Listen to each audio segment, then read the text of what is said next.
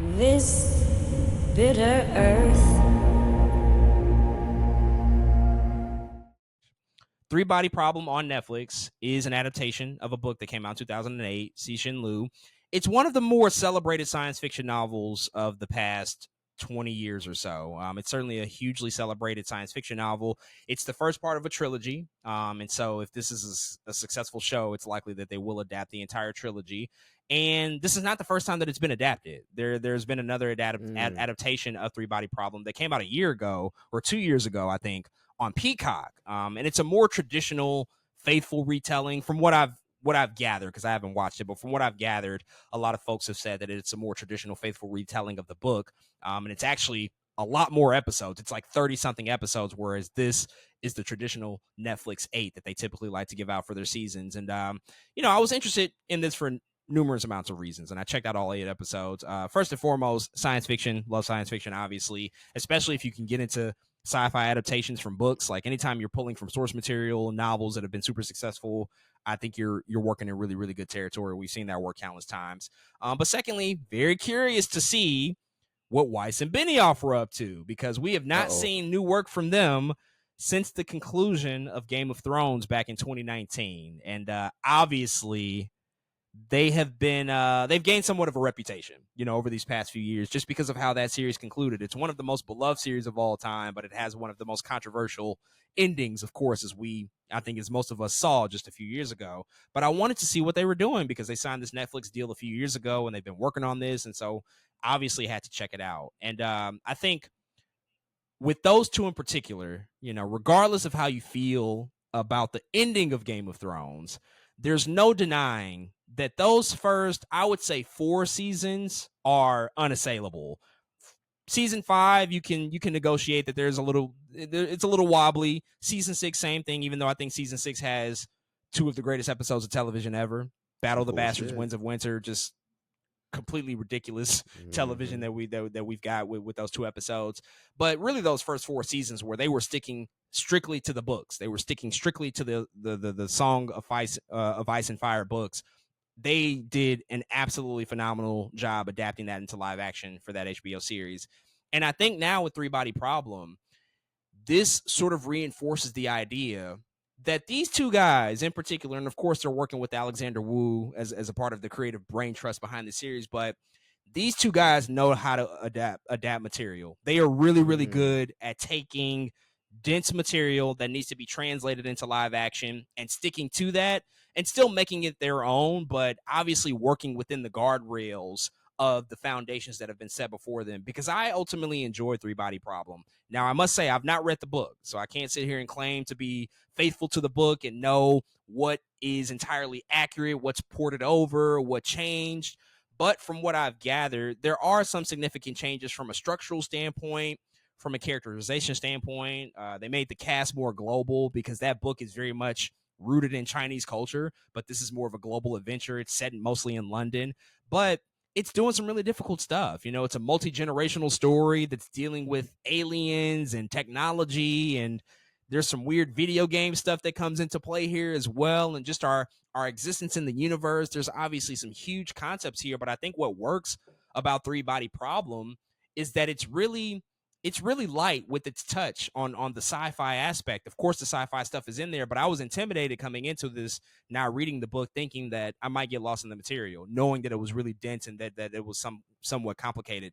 But it never felt that way. And I think that the adaptation skill set of these 2 in particular, to make this a more, I guess, optimized version of that story that can be palatable for a global audience, it feels really effective. It feels like that they set out to do that, and they achieved it, because they certainly tap into the deeper meaning of the stuff that's happening here with this supposed alien invasion, but they do it in a way that just always feels digestible and easy to consume. And I never felt lost. And I think in particular, the first 5 episodes are really where the show excels. It kind of loses a little bit of momentum in the last 3, but the first 5 and how episode 5 concludes it's like its own show entirely, and it's some really crazy shit. I mean, what they achieve in the 5th episode, which I think is called Judgment Day, I mean, it's not going to be on the scale of the Red Wedding, but it has that type of energy. It has that type of vibe to it where it's like,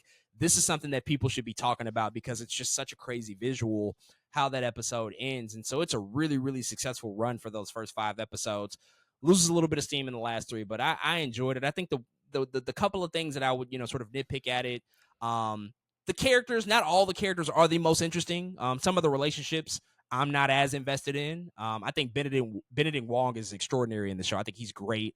I really like Liam Cunningham as well. Isaac Gonzalez is pretty good, but not all the characters are necessarily the most charismatic or the most interesting. But they're okay though. I never felt like it was an obligation to watch any of them and at least follow where their stories were going. It was always at least interesting to me. So I think that that's somewhat of a drawback.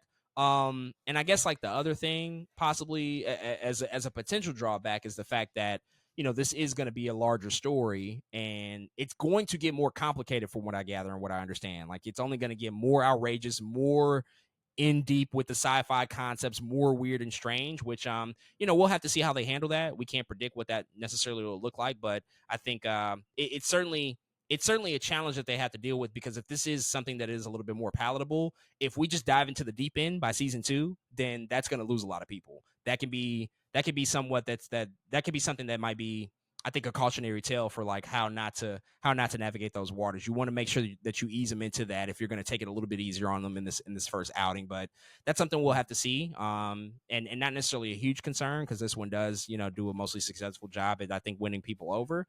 But it's a solid watch. I was entertained by it. I enjoyed it. And I'm interested to see where they can go in the future if they do indeed get a green light for season 2. But we'll have to see and wait for that information. Man, Benioff and Weiss is back. That is so crazy to hear about. And they felt down and out for a long time. Yeah, long time. They're losing Star Wars gigs and everything. And here we are with Benioff and Weiss on Netflix, man. I'm glad they're good at adapting, but that does give more, I think, context into a lot of what we talked about. We talked about Game of Thrones and Benioff and Weiss a lot, and we were saying like, dang, did they just get lucky for a long time, and then when they ran out of material, that they was that it? And it does sound like, from what you're saying, is like they just need material. They just may not be good writers. You know what I mean? Or they're good adapters. They're good at writing for the screen or bringing something from an adaptation to the screen. That may be just their strengths. They just may not be good at making it up on their own. So I'm glad maybe that's good for them too. You know what I mean? Maybe they're finding their lane in understanding that that's what they're good at as well. But yeah, it was really good to hear that 3 Body Problem is decent, because even before it came out, it had like Netflix doesn't always like market their shows the best the week before they come out. You know what I mean? But 3 Body Problem had a little steam behind it, even a little bit before it was released, I remember. So yeah, it's good to hear that it's definitely worthwhile watching. Yeah, I think it's a good thing too that they can recognize this. Hopefully that is what they've sort of found within themselves. I think that they hopefully see like this is where our strength is, and that's okay. That is perfectly okay. There is literally nothing wrong with that. You remember that Confederate show that they were going to do for HBO after Game of Thrones? You remember that? And they announced it was going to be that's kind of like a whole nother existence. Oh yeah, couldn't even imagine them trying to tackle something like that, especially with the premise of what it was going to be, and obviously again coming off of Game of Thrones, where it was not sweet for them at all. But yeah, I think that this will win enough people over. It's doing really well in terms of viewership. I have no doubt that they'll get the next seasons, renewed, and be able to finish out the adaptations of the other books. But yeah, I think it's solid. Has a lot of good moments, a lot of shocking moments, some really interesting visuals too. I do want to call out a lot of just cool sci-fi visuals. The CGI isn't always great, like it's not the best at times, but I think we also have to get used to it to the fact that, again, like TV and CGI isn't supposed to be like fucking Doom Part 2. Like it never was meant to be that way. We're spoiled now because of what we see with Disney Plus and what Disney is pumping into a lot of those projects, where we just expect it to be great. But like TV never operated that way. So it didn't bother me that like a lot of the CGI wasn't great. It's like, well, it's a TV show. It's not supposed to be the best. Like look at Battlestar Galactica. That's a great show, but it didn't have the best CGI. So I'm Arrowverse. fine. Arrowverse, like for years. I mean, we just Flash looks crazy. We just dude, some of those scenes in the Flash, I even had to step back for a couple of times. Like, well, okay, Flash looks crazy. We could have maybe spent a little bit more time on that. But yeah, you get the picture. I think it's solid. I think it's definitely worth checking out if you like sci-fi. But folks, those are all of our thoughts on the new Netflix show, 3 Body Problem. If you've checked it out, hit us up and let us know what you think.